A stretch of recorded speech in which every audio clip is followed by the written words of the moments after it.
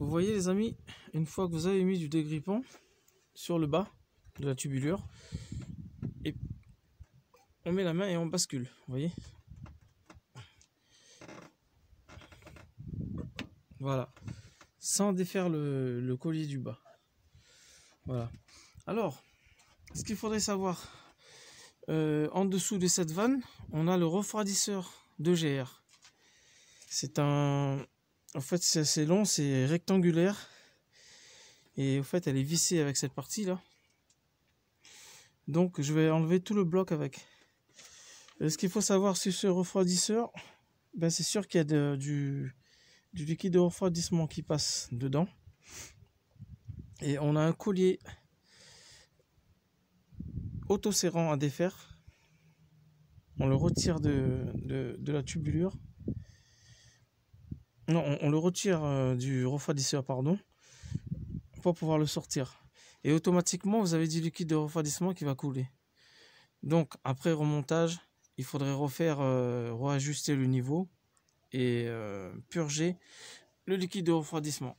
Voilà, pour ça, je vous montrerai sans problème. Donc, je vais défaire ce collier, les amis. Les amis, voilà, pour défaire ce collier de la vanne, il vous faut cet outil-là, ou sinon vous prenez une pince. Si vous n'avez pas trop d'espace, le mieux, ben, comme il n'y a pas trop d'espace, je vais utiliser cet outil-là. Voilà, c'est un outil spécial pour les durites, enfin les colliers autoserrants. Vous voyez, les colliers autoserrants, de toute façon, je ne sais pas si j'en ai un. À côté de moi, non. Je vais vous faire voir de toute façon à quoi ça ressemble. Voilà.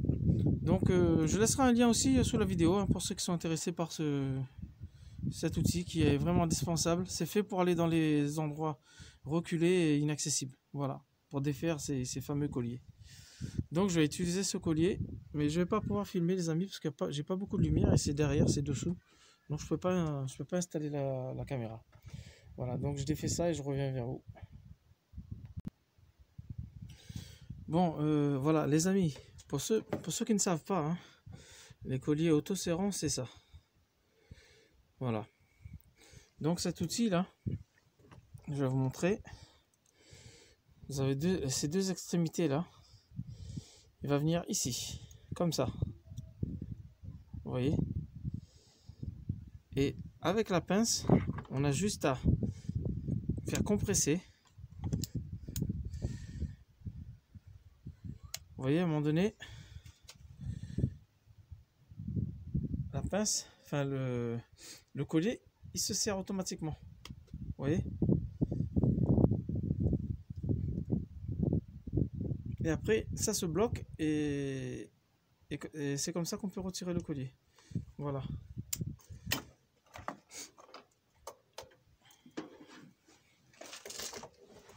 Donc ce collier, je vais le remettre à son emplacement. Et comme je disais tout à l'heure, les amis, pour ceux qui veulent commander cet outil, je laisserai un lien. Voilà, tout simplement.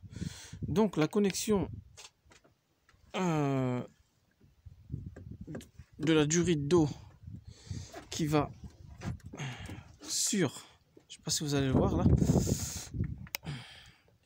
elle est là, qui va sur le refroidisseur de GR, elle est déconnectée. Et maintenant, les amis, je vais défaire tout le bloc là de la vanne. Alors, vous avez une vis derrière là, de 13, une ici, et vous en avez encore une autre derrière, tout à fait derrière comme ça. Voilà, vous avez 3 vis, ces 3 vis là défaire pour pouvoir sortir le bloc EGR plus le refroidisseur. Voilà, tout simplement. Les amis, voilà, les 3 vis ont été enlevées. Vous en avez 2 longues et la petite, elle, c'est celle qui est sur le dessus. Alors, en la bougeant comme ça, j'ai vu qu'elle bouge, mais il y a encore quelque chose qui bloque. J'ai pris le petit miroir, j'ai regardé derrière. Vous en avez une autre qui tient le refroidisseur dans ce sens-là. Voilà, derrière l'admission, en bas. Voilà, c'est toujours une douille de 13 hein, avec un cliquet pour dévisser tout ça. Alors les amis, voilà, cette fameuse vis a été enlevée derrière, qui tenait, comme je disais tout à l'heure, le refroidisseur de la vanne. Alors maintenant, hop, je vais enlever la lampe torche. Je vais pouvoir sortir s'il n'y a rien qui bloque. Ah, si, il y a encore quelque chose qui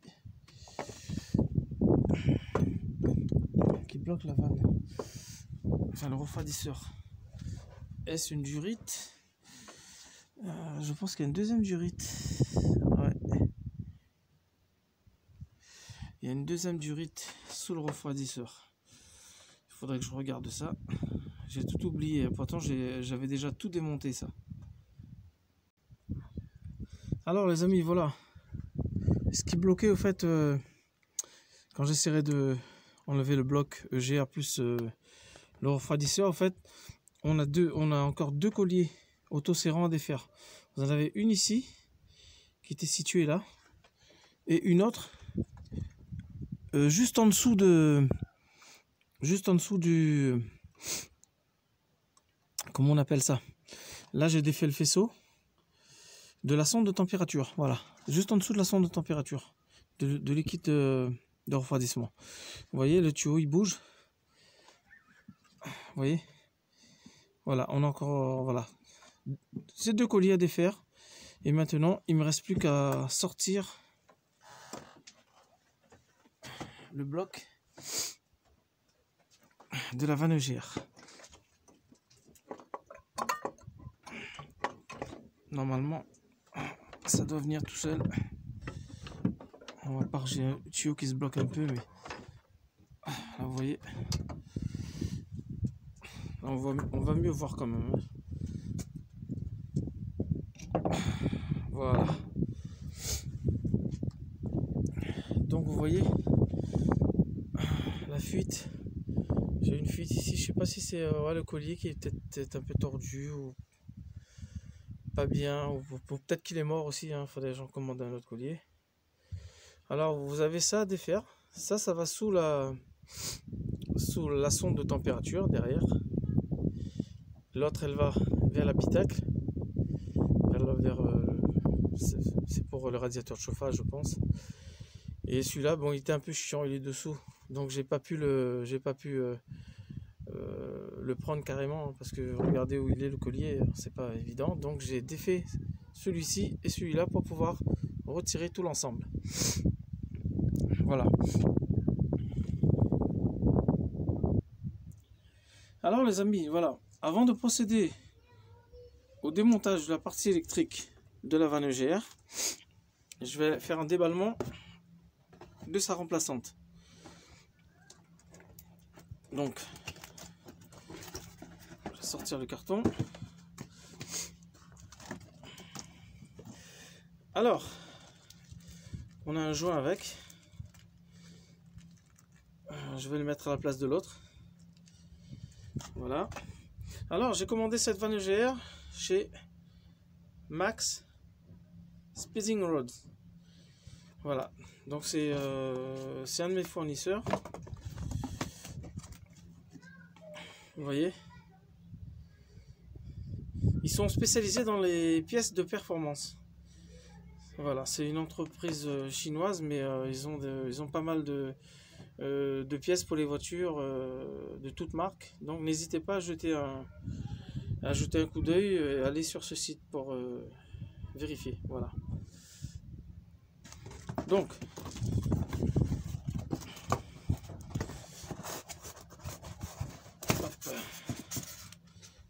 j'enlève tout ce bazar.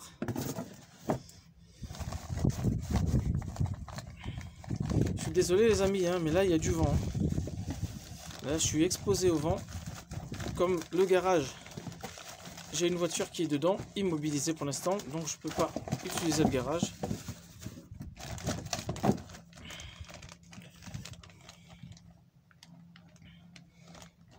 Voilà, c'est pas évident avec une seule main pour ouvrir ça. Alors, une fois déballé, les amis, vous voyez la fameuse vanne EGR. Voilà. Il n'y a pas de marque spéciale, hein, mais moi je sais que j'utilise souvent, j'achète souvent chez eux et je peux vous dire que les pièces ils sont de très très bonne qualité. Voilà, c'est des copies conformes, que ce soit électrique ou mécanique. Moi je pense que de toute façon il y aura pas de souci. Voilà, donc moi c'est cette partie là que je vais changer, les amis. Voilà. Alors, vu que cette partie mécanique, la première fois quand j'ai démonté le turbo, non, quand j'ai démonté la vanne, pardon, la partie mécanique, elle est grippée à l'intérieur, donc je peux pas l'enlever. Mais elle fonctionne parce qu'en appuyant dessus, le ressort et tout, ça fait le va-et-vient, donc le clapet il s'ouvre et il ferme correctement. Mais moi je soupçonne la partie électrique qui ne fait plus son travail. Voilà, tout simplement. Alors ce que je vais faire, moi, les amis, je crois que c'est du T30 ou du T25. Dévisser ces vis là. Vous avez 1, 2 et le troisième. On sort la partie électrique et puis une fois sorti, ben, je vais détacher celui-là de sa partie. Je vais la détacher et je vais remettre cette partie électrique sur le bloc de la vanne EGR. Voilà, tout simplement.